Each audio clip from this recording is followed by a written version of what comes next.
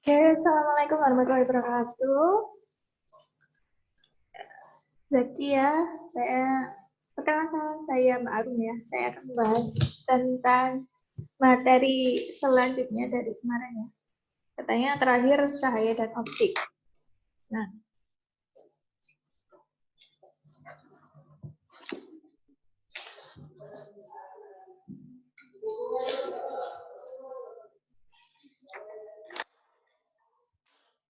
cahaya dan optik.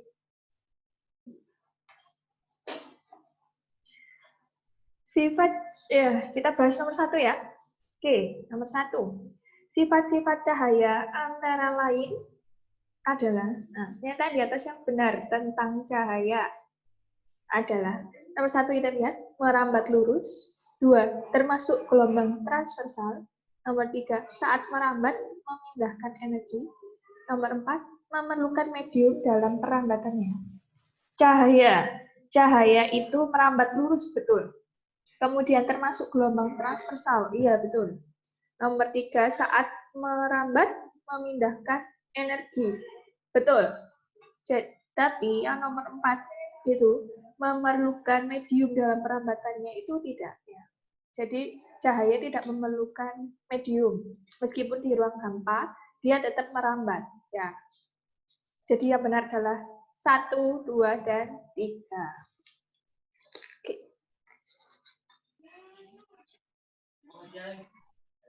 Kemudian selanjutnya nomor 2. Gambar di bawah ini menunjukkan suatu cahaya yang dipantulkan dari sebuah cermin datar. Nah, manakah yang menunjukkan sudut datang dan sudut pantul yang benar? Sudut datang dan sudut pantul itu selalu ditinjau dari garis normalnya. Garis normalnya Ya. ini. Garis normalnya. Sehingga ini kan panahnya di sini ya. Kemudian ini dipantulkan, berarti sinar datangnya ini. Sudutnya itu ini. Sudut datang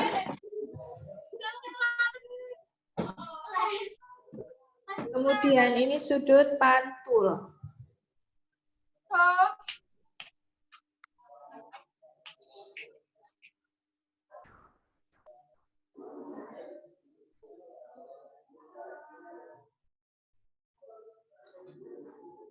Oke, berarti sudut datangnya itu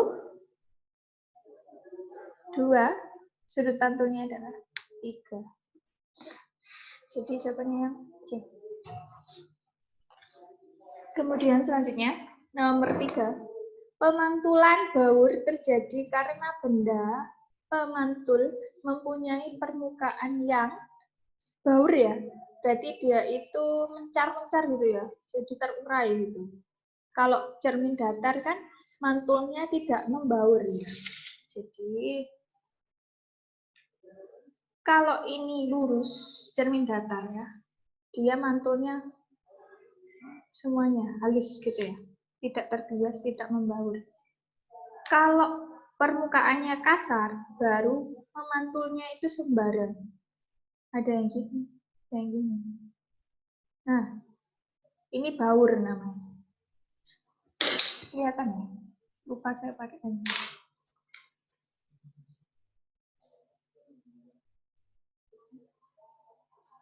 Nah, kalau cermin datar itu tidak membaur, sehingga pantulannya sudutnya sama. Nah, kalau sinar datangnya sama, ini datar. Cermin datar ini kasar. Sehingga pemantulan baur terjadi karena benda pemantul mempunyai permukaan yang kasar. Kemudian selanjutnya, nomor 4. Bila seberkas sinar jatuh pada permukaan bidang pemantul dengan sudut datang 30 derajat, Besar sudut antara sinar datang dan sinar pantul adalah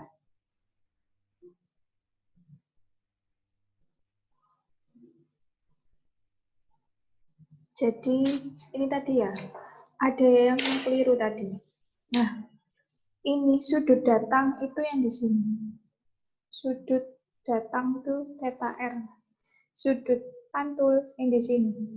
Ini sama ini. Nah, kalau misalkan sudut datangnya itu 30 derajat, besar sudut antara sinar datang dan sinar pantul adalah ini. Berarti sudut datang yang ini. Pantul yang ini berarti antaranya ini. Berarti yang nomor 2 ini. Berarti kalau sudut datangnya adalah 30 derajat,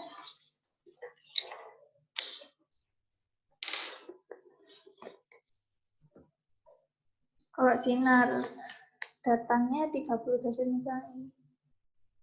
Garis normal ya. Sinar datang, tetanya.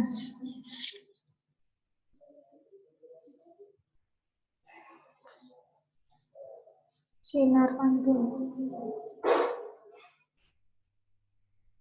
Ini 30 derajat. Berarti kan kalau ini sama kan? Sama ini sama ini itu apa? Siku. Kalau siku itu berapa derajat? 90 derajat. Berarti kalau ini 30 berarti ini berapa? 60 derajat. Sehingga nomor 4 itu 60 derajat. Selanjutnya nomor 5. Sifat bayangan pada cermin datar adalah pada cermin datar ya. Jadi kalau datar itu maya. Kalau maya gandengannya selalu sama tegak. Nah, kalau kita bercermin itu biasanya bayangannya itu sama atau lebih besar dari kita atau lebih kecil dari kita. Kalau cermin datar itu selalu sama ya. Jadi sifat bayangan cermin datar itu maya, tegak, sama, besar. Sehingga yang D.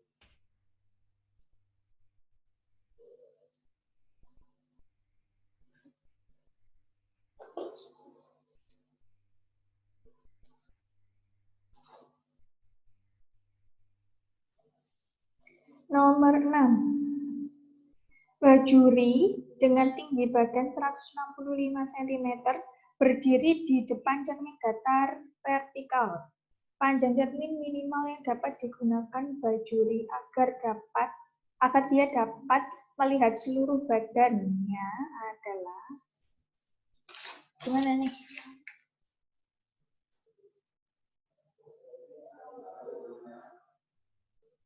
Yang ditanyakan jaraknya orang. Dia itu tingginya 165 derajat. 165 cm. Sehingga ini perlu berapa supaya cerminnya kita asumsikan kalau cerminnya itu enggak lebih pendek gini ya, lebih pendek atau sama panjang, sama besar sama si ini bajuri ya. Sehingga minimal yang dapat digunakan, panjang minimal yang dapat digunakan dapat itu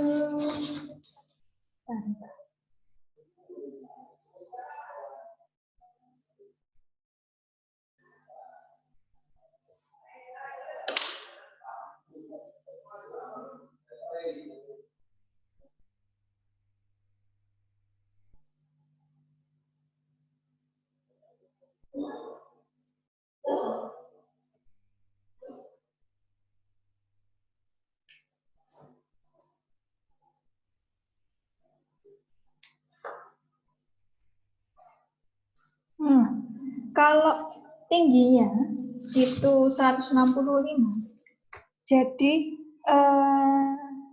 rumusnya itu tinggi badan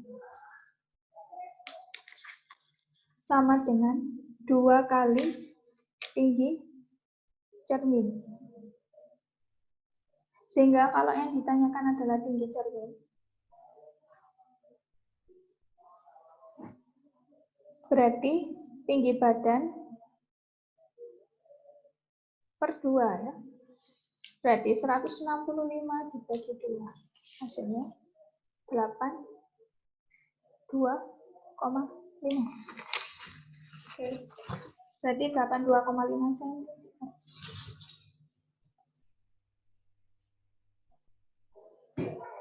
Kita lanjut. Sebuah benda diletakkan di antara dua cermin datar yang membentuk sudut 60 derajat. Jumlah bayangan yang terbentuk sebanyak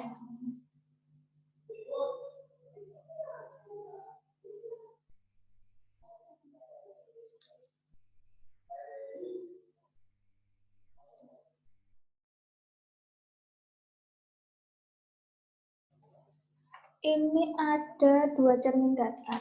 Nah, jadi seperti ini. Ini cermin 1, ini cermin 2, membentuk 60 derajat. Terus dikasih benda di sini. Nah, otomatis di sini ada banyak bayangan. Nah, berapa bayangan yang dibentuk?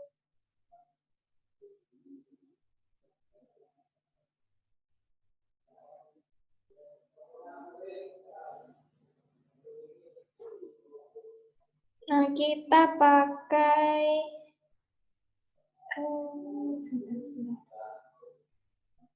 rumus ini ya.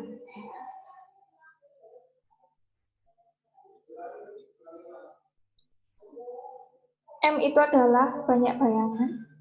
360 dibagi berapa sudutnya. Kemudian kalau dia itu cerminnya ada genap, kalau ini adalah genap ya. Ini kalau di jumlah dioperasikan itu genap, maka ditambah 1. Kalau ini dioperasikan hasilnya ganjil, maka ditambah 0. Nah, sekarang tadi yang dibentuk adalah sudutnya 60 derajat ya. Berarti M-nya sama dengan 360 derajat dibagi 3, bagi 60 sama dengan 6 ya, genap ya. Ditambah 1. Sehingga 7 bayangan yang terbentuk. Nah, oke.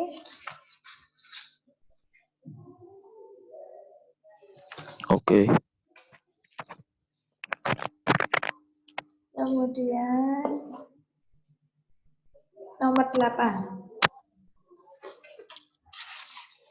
Sebuah benda diletakkan di depan cermin cekung sejauh 12 cm. Bila jarak fokus cermin 18 cm, maka jarak bayangan yang letak bayangan terbentuk ada. Nah, ini yang diketahui dulu apa? Yang diketahui dahulu pertama itu ini ya, karena dia cermin cekung. Nah, jadi ini ada titik fokus, ada perbesaran. Perbesaran itu 2 kali titik fokus. Nah, sekarang kalau dia itu dilihat bendanya itu ada 12 cm, tapi jarak fokusnya 18 cm, berarti jarak fokusnya ini 18 cm. Berarti kan karena M itu 2 kali F, berarti 18 kali 2 adalah 30 2 36. Nah, 36. Jadi letaknya benda itu kan 12 cm, berarti 12 cm dari sini. Berarti di sini ya, di ruang Ya. 1, 12 cm. Nah, ini di ruang 1 itu sebelum antara cermin dengan fokus, ruang 2 itu fokus dengan perbesaran, ruang 3 itu perbesaran seterusnya, ruang 4 itu di belakangnya cermin. Nah, sekarang cara menghitung bayangannya itu menggunakan rumus super S dengan S ditambah S aksen. Ini rumus umumnya. F itu fokus, S itu jarak benda, S aksen, jarak bayangan. Nah, fokusnya kita sudah tahu. Ada 18 ya. Berarti kita isi saja 1/18 sama dengan jarak bayangan, jarak bendanya 12 kan. 1/12 yang ditanyakan adalah jarak bayangan. Berarti kita pindah ruas ya. S aksen sama dengan 1/18 dikurangi 1/12. Kemudian disamakan penyebutnya. Tinggal dikali saja. 18 kali 12 atau banyak. 18 dikali 12. 216. Berarti ini dibagi ini 12 kurang 12. Ini 1/S aksen Mas ya. Berarti ini negatif 6/216. Sehingga S aksen berarti dibalik ya. 216/6. Negatif. Dibagi 6. 36 cm itu jarak bayangan. Jangan lupa negatif. Kalau negatif berarti ini sifat bayangannya adalah maya. Kalau maya itu di belakang cermin. Nah, sehingga ini ya, pilihan jawabannya berarti letak bayangannya di 36 cm dan di belakang cermin. Ya. Cermin. Karena negatif tadi, negatif itu di belakang cermin. Iya. Kemudian nomor 9. Sebuah benda dengan ketinggian 3 cm diletakkan di depan cermin cekung yang memiliki jari-jari kelengkungan 40 sehingga terbentuk bayangan yang tingginya 6 cm. Jarak bayangan yang terbentuk adalah, nah ini hampir sama ya. Kita lihat yang diketahui adalah H atau ketinggian bendanya itu 3 cm. Kemudian memiliki jari-jari kelengkungan. Jari-jari kelengkungan itu sama dengan perbesarannya. Perbesaran lensa itu 40 cm. Kemudian terbentuk bayangan dengan tinggi HX itu adalah 6 cm. Yang ditanyakan adalah S aksen.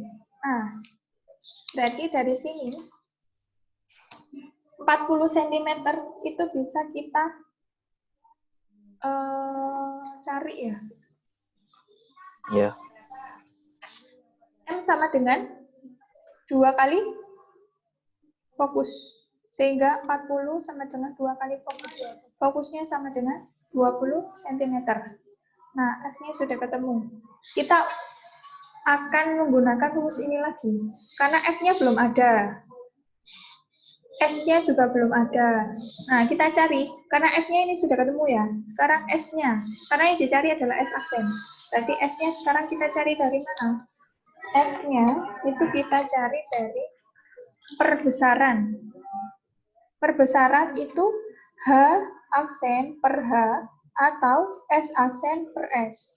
S aksen per S ya. H aksennya 6, hanya 3. Sehingga berapa? 2 kan? 2. Nah, sekarang kalau 2, ini kan S aksen per S ya. Ini berarti perbandingan.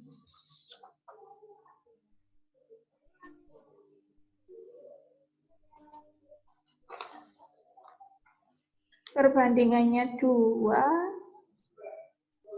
S-nya kita belum tahu berarti. Kalau 2. Berarti 2 sama dengan S aksen per S. Karena S-nya atau jarak bayangannya, jarak bendanya kita belum tahu. Kita bandingkan saja ya.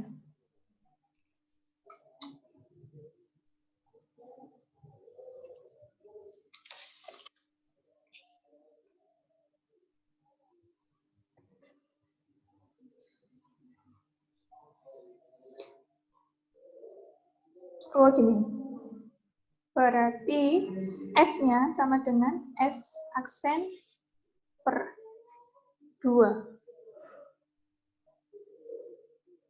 Nah, berarti ini S-nya ya, ini F-nya. Nah, kita cari dari rumus 1 per F sama dengan 1 per S ditambah 1 per S aksen. 1 per F-nya sudah ketemu 20 cm, berarti 1 per 20.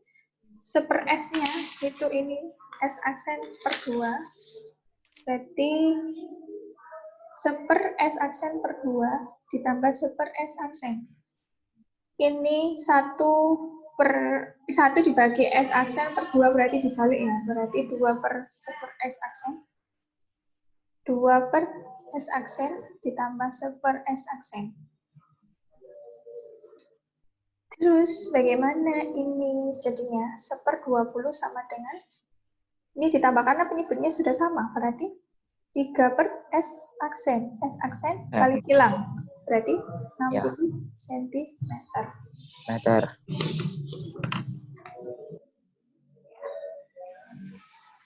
Yang B.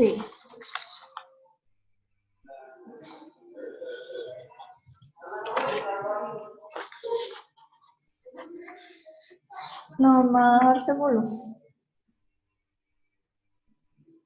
Sebuah benda diletakkan pada jarak 6 cm di depan sebuah cermin cekung. Dan bayangan yang terbentuk adalah 30 cm dari cermin. Jika benda digeser menjauhi cermin sejauh 9 cm dari posisi semula, maka bayangan yang dibentuk sekarang adalah, kita lihat ya, berarti yang diketahui pertama adalah jarak benda. Yang pertama S, yang pertama adalah 6 cm. Kemudian S aksen atau jarak bayangan yang pertama itu adalah 30 cm.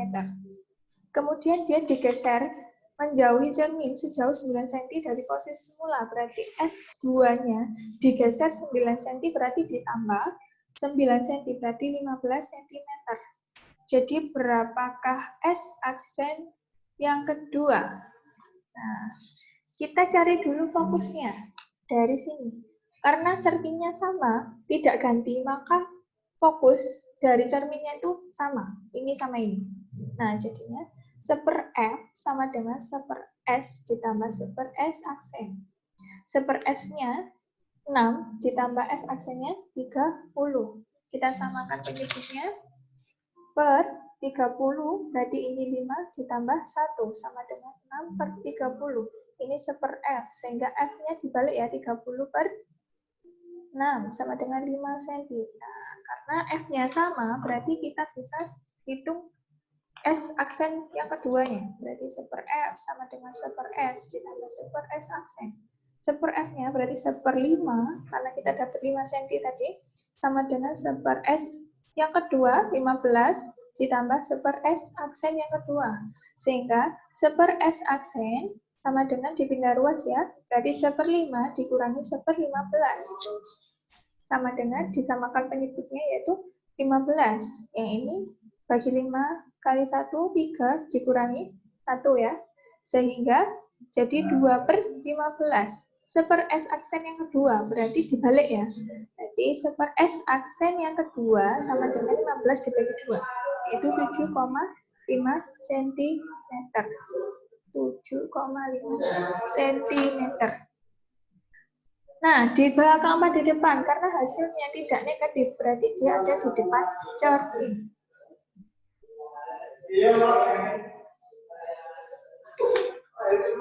Oke, kita lanjut nomor 11. Sebuah cermin cekung mempunyai jari-jari kelengkungan 16 cm, menghasilkan bayangan nyata pada jarak 24 cm dari cermin. Perbesaran bayangan yang terjadi adalah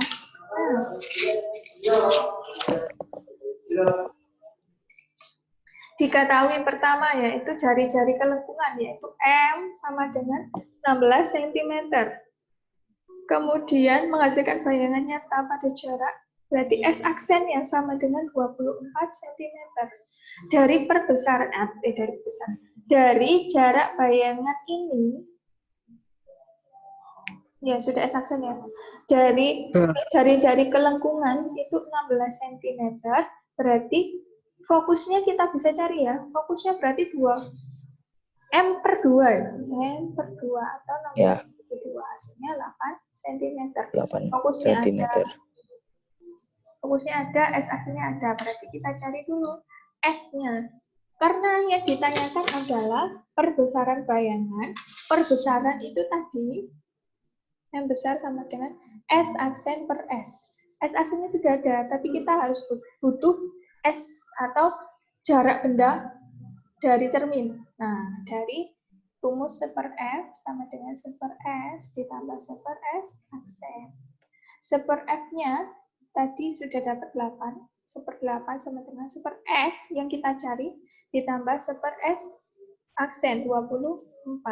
Nah, sekarang dipindah ruas berarti 1 per S sama dengan ini yang dipindah ruas berarti 1 per 8 dikurangi 1 per 24.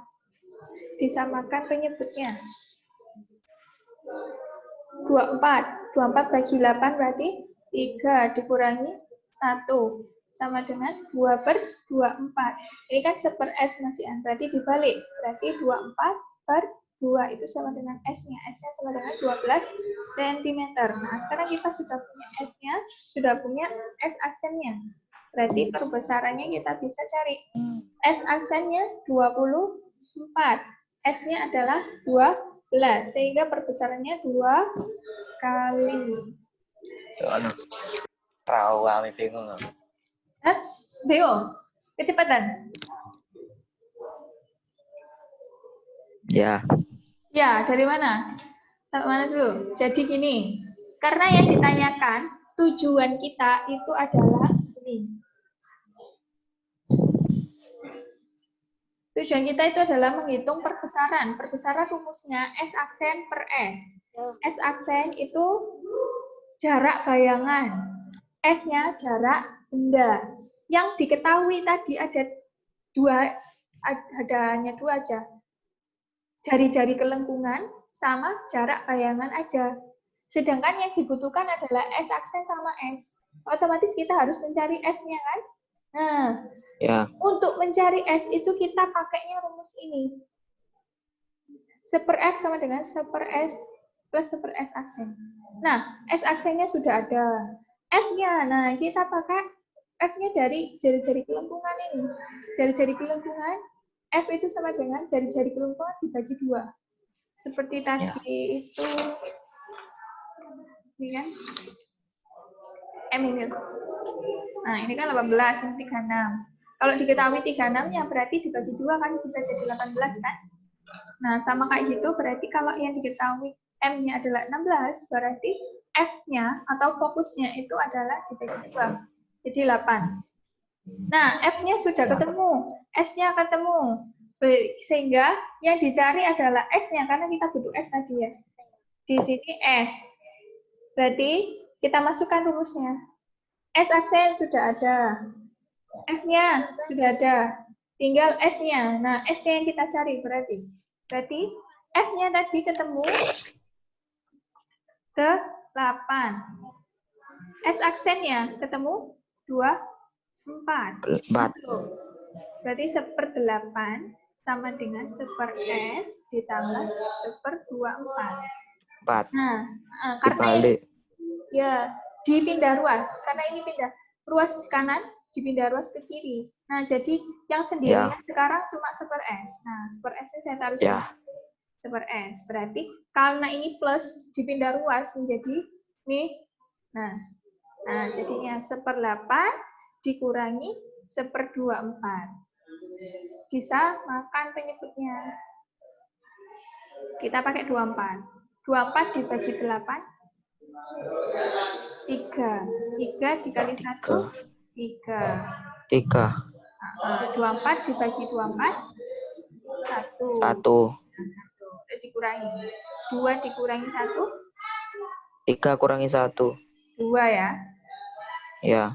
Ini 2, berarti 2 per 24. Itu masih 1 per S. Yang kita cari itu S.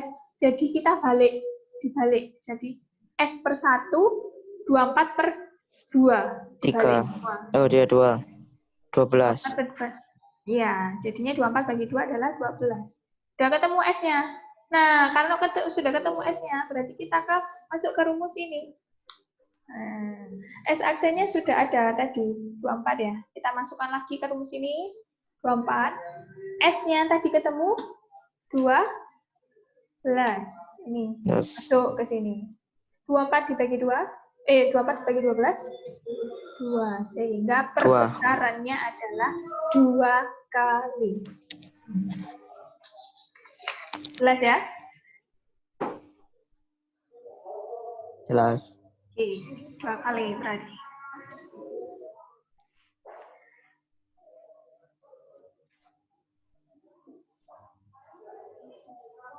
Kita lanjut. Nomor 12 ini teori ya, jadi hafalan sinar datang ini. Gambar di bawah ini menunjukkan sebuah benda yang diletakkan di depan cermin cembung. Berkasnya yaitu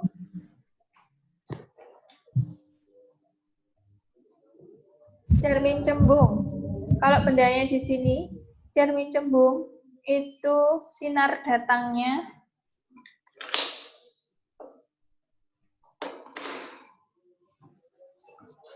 cermin cembung itu bayangannya Ke skala arah.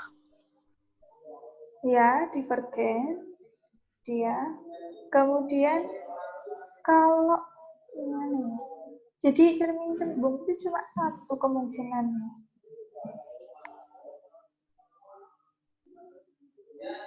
Ini lewati dulu ya nanti ya. Karena Ya. harus gambar. Nomor 13. Sifat benda pada kaca spion. Sepeda motor yang terbuat dari cermin cembung. Nah, kalau spion itu benda sebesar apapun, dia pasti apa? Dia pasti masuk ke spion ya. Berarti dia ke kecil. kecil. Nah, semua diperkecil. Bayangan spion terbalik apa enggak? Terbalik. Spion terbalik lah. Terbalik maksudnya itu jungkir ya. Atas bawah, bukan kanan kiri. Tegak. Tegak ya. Jadi kalau tegak itu gandengannya sama Maya. Mbak Ya, Maya itu tegak, Pak Nyoto itu terbalik. Oke, berarti ini jawabannya B. Oke, nomor 14.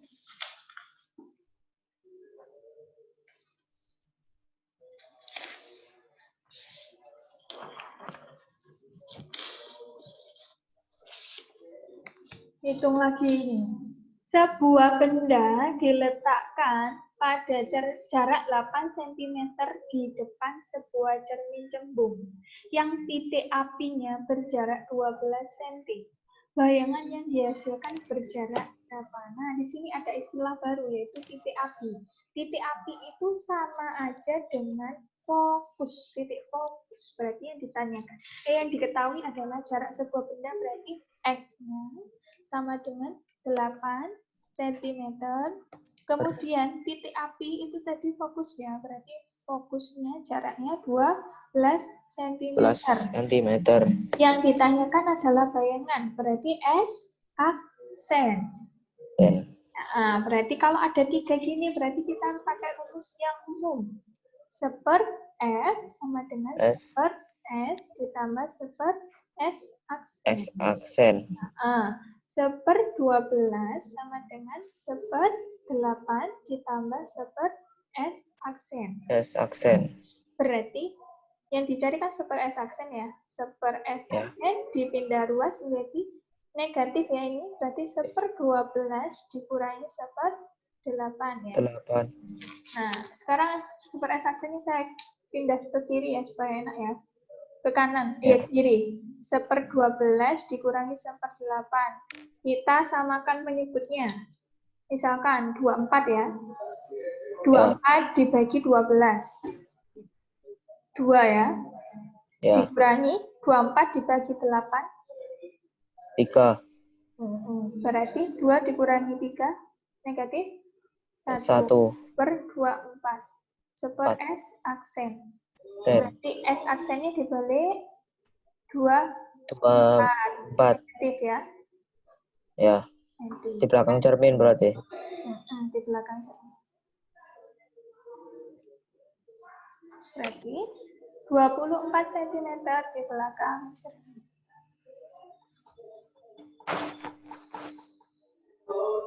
Oke, nah sekarang nomor 15 ini pembiasan cahaya. Gambar di bawah ini menunjukkan pembiasan cahaya dari udara ke air. Yang benar adalah, nah di sini kita harus ketahui ya, dimana kalau pembiasan suatu cahaya, misalkan mediumnya, perpindahan mediumnya ya, ada dua kemungkinan. Ini garis normalnya. Kalau ini mediumnya udara ke air, berarti udara kan renggang ya. Air itu kan cair, molekulnya agak rapat dibanding udara. Nah, kalau sinar datang dari medium yang renggang menuju rapat, dia itu mendekati garis normal. Jadi keset gitu. Ininya. Berarti yang C. Ya, iya yang C. Nah, kalau dari medium rapat ke renggang, misalkan dari Menjauh medium garis. kaca, ini kaca udara ya. Sinar datangnya dari kaca, berarti ini menjauhi, berarti begini. Dari garis normal. Seperti pada yang A itu, bisa jadikan. Ya. Oke. Itu pembiasan cahaya. Kemudian nomor 16.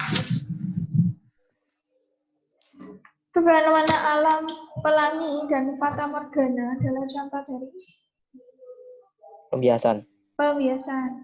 Kalau warnanya terurai itu otomatis biasanya pembiasan. Kemudian 17. Gambar lensa cekung ditunjukkan pada cekung. Yang ini yang B. kita yang B, yang ini cembung, yang ini cekung ya. Yang ini cembung tapi sebelahnya cekung. Ini cekung cembung juga. Berarti yang benar ini B, cekung. Kemudian nomor 18. Di depan sebuah lensa cekung diletakkan sebuah cangkir yang berjarak 18 cm dari lensa. Apabila jarak fokus lensa 24 cm dan tingginya jarak fokus dan tingginya ada 9 cm, maka tinggi bayangan. Nah, ini diketahui yang pertama itu S. Jarak cangkirnya itu dari lensa 18 cm. Kemudian jarak fokusnya berarti 24 cm. Tingginya itu H, tinggi bendanya. Yang ditanyakan adalah H, tinggi aksennya, tinggi bayangannya atau H aksennya. Nah, untuk menyambungkan semua ini, itu kita pakai rumus perbesaran. H aksen per H sama dengan S aksen per S. Nah, H-nya sudah ada. S aksennya belum ada. S-nya sudah ada. Yang kita cari kan H aksennya. Berarti kita butuh kita butuh S aksennya. S aksen ini kita cari dari rumus umum tadi. Seper F sama dengan seper S ditambah seper S aksen. Seper F-nya sudah ada 24. Seper S-nya 18 ditambah seper S aksen yang kita cari. Dipindah ruas. Seper S aksen sama dengan 24 dibagi 18. Berapakah dia? 24. Kita kali aja deh.